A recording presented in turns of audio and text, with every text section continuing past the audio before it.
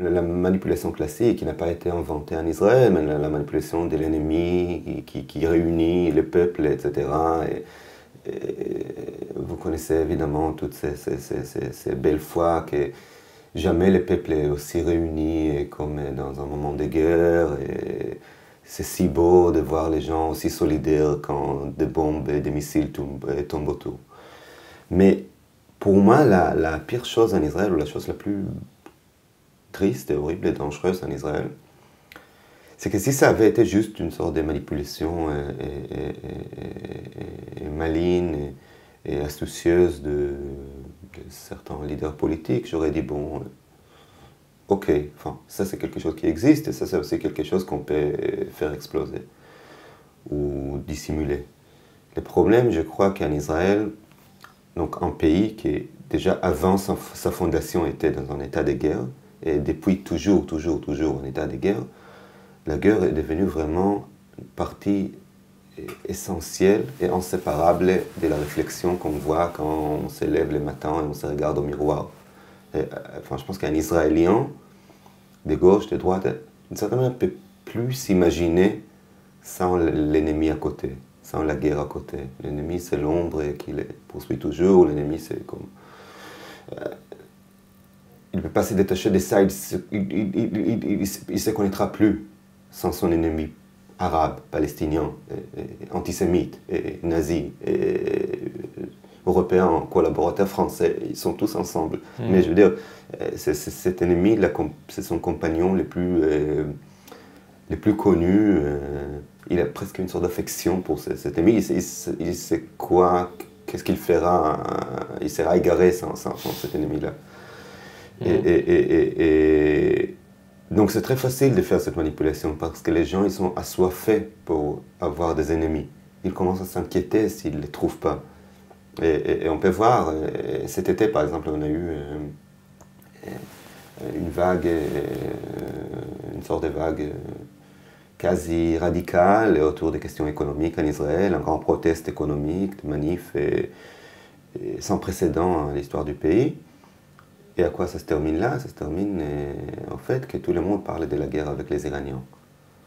Donc, les Palestiniens sont un peu décevants, un peu faibles, mais heureusement qu'on a la bombe atomique iranienne. Mais je veux dire, c'est quelque chose... La façon, puisqu'on est tout le temps en état de guerre, c'est un peu comme la pluie qui... S'il fait l'hiver tout le temps, donc dans un moment il pleuvra.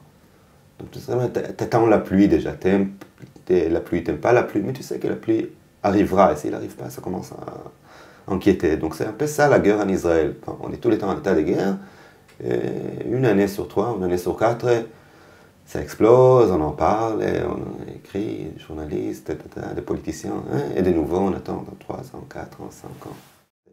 Écoute, moi je dois dire une chose d'abord, que j'étais vraiment presque ému par l'idée qu'il y a encore des gens qui pensent qu'un film d'auteur avec des plans longs, pas toujours hyper communicatif à tout le monde, et pas toujours facile à visionner, peut susciter une révolution.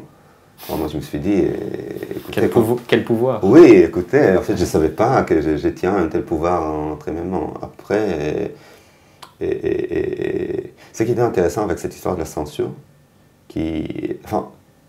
je pense qu'il y a deux choses principales. D'abord, je pense que les réalisateurs israéliens ont parfois une tendance de jouer le rôle des persécutés, des exilés politiques, etc. Et moi, j'aime pas ça parce que je dois dire qu'Israël, avec ses 15 000 défauts, le cinéma en Israël est relativement et pas relativement libre. Je sais pas. En France, ils ont censuré pendant des années des films comme La bataille d'Alger ou Les petits soldats, etc. En Israël, relativement, ça se passe presque pas. Il y a eu des films très critiques envers, surtout documentaires, mais envers, je sais pas, l'occupation en Israël, le territoire, etc., qui étaient financés par l'État. Ce qui est intéressant, c'est qu'avec les policiers, c'était différent. Enfin, c'était vraiment une autre réaction de ce qu'on a vu jusqu'à alors. On n'a pas vu ça avec des films comme, je sais pas, avec Bachir. Du coup, ce comité de censure dont personne se souvenait déjà, s'est levé sur ses belles jambes pour crier la censure, la censure. Et donc, oui, ça touche, apparemment ça touche un tabou dans la société israélienne. Peut-être ce tabou de la cohésion israélienne contre l'autre. Mais après, ça a évoqué un grand scandale médiatique, parce que, bon, les journalistes, ils ont dit qu'il s'agit d'une censure politique, il n'y a pas d'autre raison pour limiter ces films, etc.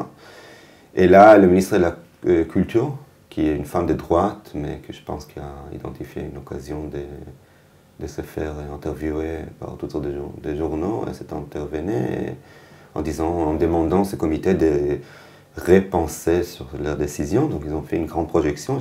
Moi j'ai lu un journaliste qui est venu là-bas, qui a écrit un article et qui a décrit cette séance. Et il a... Et les gens, enfin, il a posé des questions par rapport à cette censure, et je dois dire qu'il était très très franc, les gens très sincères. Enfin, le membre de ce comité, ils ont dit le film il est très violent parce qu'on kidnappe des millionnaires. Et ça c'est ultra violent, et ça peut donner des idées dangereuses aux jeunes Israéliens, surtout dans ces jours agités. Et ce que je trouve intéressant, c'est qu'ils n'ont pas dit un mot par rapport à la violence des policiers.